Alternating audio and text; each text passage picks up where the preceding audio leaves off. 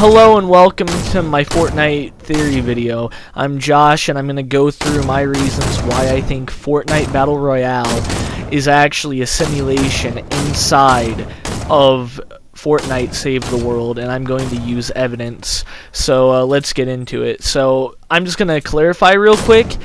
I do not know how to edit that well. I am literally recording this on PlayStation right now, so you know, I'm sorry if you want to click off the video right now and not listen to it. That's perfectly fine.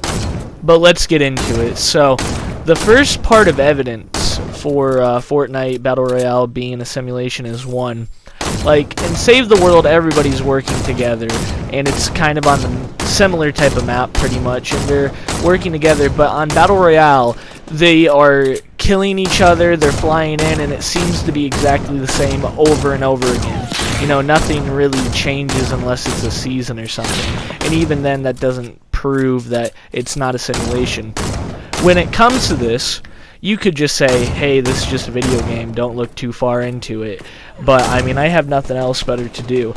So, when I look into this, a lot of the characters from Save the World are actually in Battle Royale, but, you know, when they die, they're not really dead. You just respawn and you go to the next match.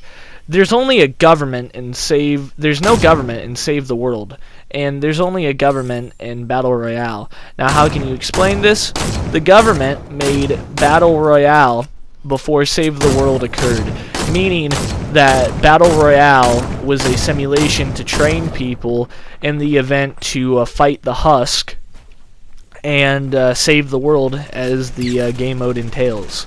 So, you know, one thing to prove it is Carbide is an actual person in Save the World. He isn't an actual superhero. You know, he says he's a superhero, but it's not like he has any special abilities compared to anybody else, you know.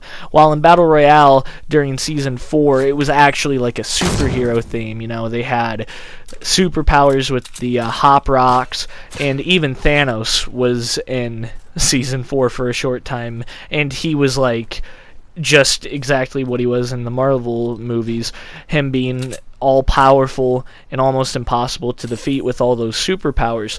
But, you know, you could say that's also a tie-in.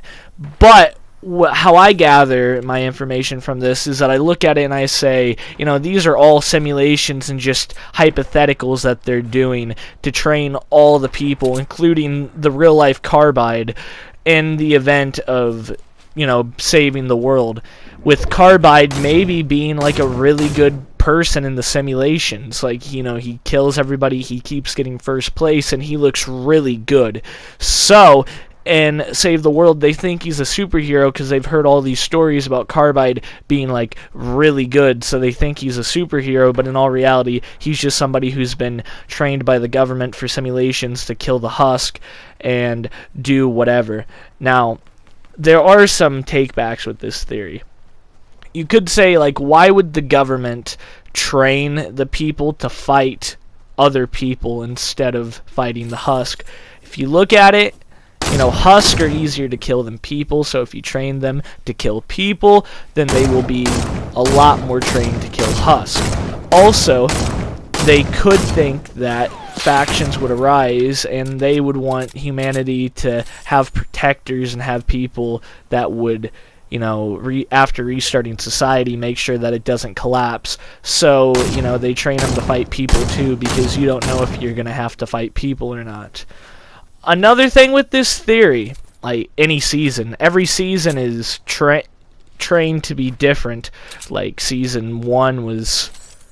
Well, Season 1 wasn't really anything. Season 2 was like what you see on screen, my Black Knight and all the knights, with Season 3 being John Wick, Season 4 being Omega, and Season 5 being Ragnarok. The simulation theory also gets in a more plausible explanation when you look at Season 5, when worlds collide. You could say those are two worlds being, like, mashed together, but what if it was a glitch and it's so-called Matrix or whatever, and another game got stuck inside the Battle Royale game. That's why you see drift in all these new areas, because maybe that was another simulation for a different area and save the world from the government, or maybe another game that somehow got corrupted into it, and that's why there's all the rifts and all the holes and everything, because the world is not real. The fabric of that world is crumbling. And that is what Battle Royale is. While Save the World does not have any of these rifts or holes, because it's supposed to be real life for the Fortnite lore and everything like that.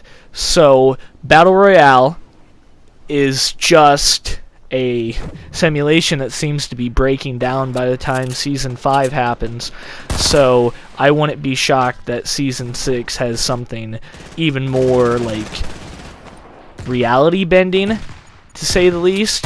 Because, like, there's Vikings, and there's Drift, who's from California, and then there's a whole new area being Paradise Palms, being pretty much just California.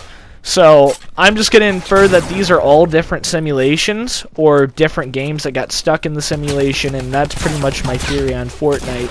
Now, you could disagree with it.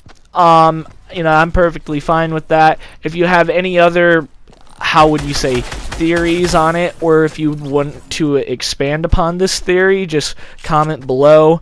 Or let me know if there's anything you think I got wrong, because this is just my first theory video and I don't think it's that good. But, you know, I'm trying, and the more I do it, the better. So thank you for listening if you've made it this far, and have a good day. Thank you. Bye. I don't know why you're still here, so here's a clip of my golf cart being stuck in a tree for unknown reasons.